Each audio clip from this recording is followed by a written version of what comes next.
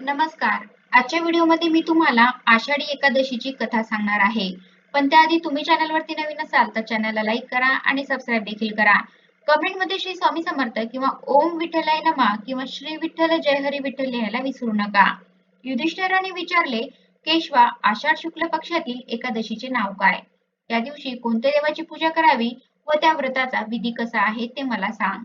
श्रीकृष्ण म्हणाले, हे पृथ्वीचे पालन करणाऱ्याला राजा, जी कथा पूर्वी ब्रह्मदेवाने नारदाला सांगितली तीच आश्चर्यकारक कथा मी तुला सांगतो. नारदाने विचारले, पित्या ब्रह्मदेवा, आषाढाच्या शुक्ल पक्षातील एकादशीचे नाव काय आहे व तिचे महात्म्य काय ते मला सांगा, कारण मला विष्णूची आराधना करायची आहे. ब्रह्मदेव म्हणाले, कलियुग आवडणाऱ्या मुनिश्रेष्ठा, तू चांगले विचारलेस. तू खरोखरच वैष्णव आहेस. त्रैलोक्यामध्ये एकादशी सारखे दुसरे पवित्र व्रत नाही. हे व्रत पुण्यकारक असून ते पापांचा नाश करते व सर्व इच्छा पूर्ण करते. ज्या मनुष्यांनी जन्माला येऊन हे व्रत केले नाही त्यांना खरोखरच नरकाची इच्छा आहे असे समजावे. आषाढ महिन्यातील शुक्ल एकादशी पद्मा किंवा शैनी या नावाने प्रसिद्ध आहे. ऋषिकेशाच्या प्रीतीकरता या एकादशीचे उत्तम व्रत जरूर करावे. आता मी तुला या एकादशीची पुराणातील कथा सांगतो. ही कथा ऐकल्यानेही महापापाचा नाश होतो. पूर्वी सूर्यवंशामध्ये मांधाता नावाचा राजा होता. तो चक्रवर्ती, सत्यप्रतिज्ञ व प्रतापी होता. तो आपल्या प्रजेचे पालन धर्माने व स्वतःच्या औरसोस पुत्राप्रमाणे करीत असे. त्याच्या राज्यात कधीही दुष्काळ पडत नसे व कोणालाही कसल्याच आदिव्याधी नव्हत्या. त्या राजाच्या कोषागारात अन्यायाने मिळवलेले धन थोडे सुद्धा नव्हते. तो अशा प्रकारे राज्य करीत असताना पुष्कळ वर्ष लोटली. एकदा राजाच्या पूर्वजन्माच्या पापामुळे त्याच्या राज्यात 3 वर्षे पाऊस पडला नाही. त्यामुळे सर्व प्रजाजन वैतागले व भुकेने आर्त झाले. राज्यात धान्य अजिबात नसल्यामुळे देवयज्ञ, पितृयज्ञ, अग्निहोत्रे व वेदाध्ययन हे सर्व बंद पडले. तेव्हा सर्व प्रजाजन राजाकडे आले आणि म्हणाले, राजा, प्रजेला हिताचे ठरेल असे आमचे बोलणे ऐक. पुराणामध्ये पंडितांनी पाण्याला नारा असे म्हटले आहे. तेथे पाण्यातच राहण्याचे भगवंताचे घर आयन आहे. म्हणून तर भगवंतांना नारायण असे म्हणतात. नारायण सर्वांच्या हृदयात राहतो. हा भगवान विष्णू पर्जन्य रूपच आहे. पर्जन्याची वृष्टी तोच करतो. त्यातूनच अन्न निर्माण होते व अन्नातूनच प्रजा निर्माण होते. हे राजा, असा हा पर्जन्य नसेल तर प्रजेचा नाश होतो. तेव्हा नृपश्रेष्ठा, ज्यामुळे पाऊस पडेल व आमचा योगक्षेम चालेल असे काहीतरी कर. राजा म्हणाला, प्रजाजनांनो, तुम्ही सांगितलेले ते अगदी खरे आहे. अन्न हे ब्रह्मस्वरूपच आहे. सर्व चराचर जग अन्नामुळे स्थिर आहे. सर्व भूत मात्र, प्राणी मात्र अन्नातूनच निर्माण होतात. जगाचे जीवन अन्नावरच चालते. पुराणात व लोकांच्या तोंडून मी असे ऐकले आहे की राजांच्या अनाचारामुळेच प्रजाजनांचे दुःख भोगावे लागते.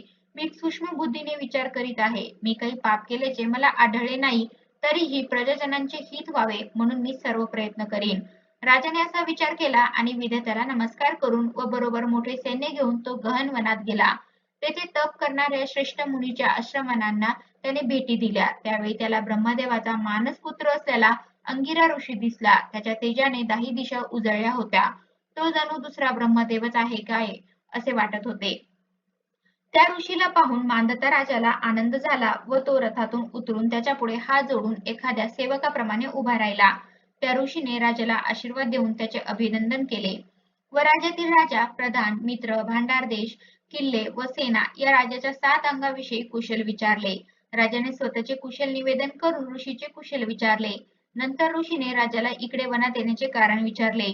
मुनीला ते कारण सांगताना राजा म्हणाला, मुनिश्रेष्ठा, मी स्वधर्माप्रमाणे पृथ्वीचे पालन करीत होतो, तरीही माझ्या राज्यात अनावृष्टी का व्हावी याचे कारण मला समजत नाही.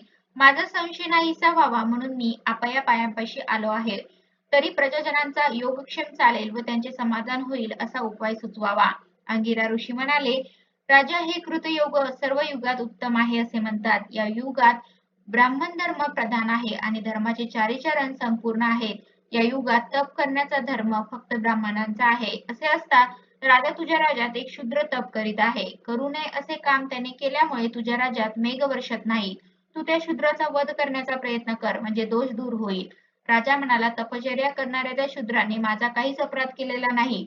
तो निरपराध असताना मी त्याला मारणार नाही. तरी दुष्काळ नाहीसा होण्यासाठी मला एखादा धार्मिक उपाय सांगा.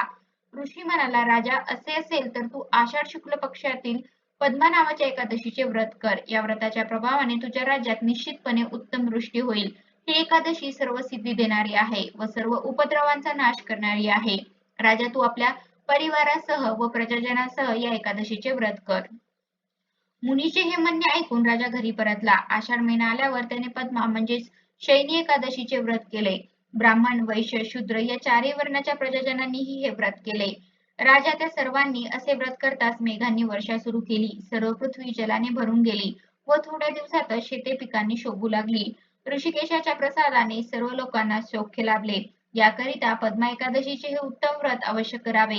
हे व्रत ऐश्वर्य व मुक्ती देणारे व सर्वांना सुखदायक आहे. या एकादशीचे महात्म्य वाचल्याने किंवा ऐकल्याने मनुष्य सर्व पापातून मुक्त होतो. तर अशा प्रकारे आजच्या व्हिडिओमध्ये मी तुम्हाला आषाढी एकादशीची कथा सांगितली आहे. कसा वाटला तुम्हाला माझा आजचा व्हिडिओ कमेंट करून नक्की सांगा. धन्यवाद.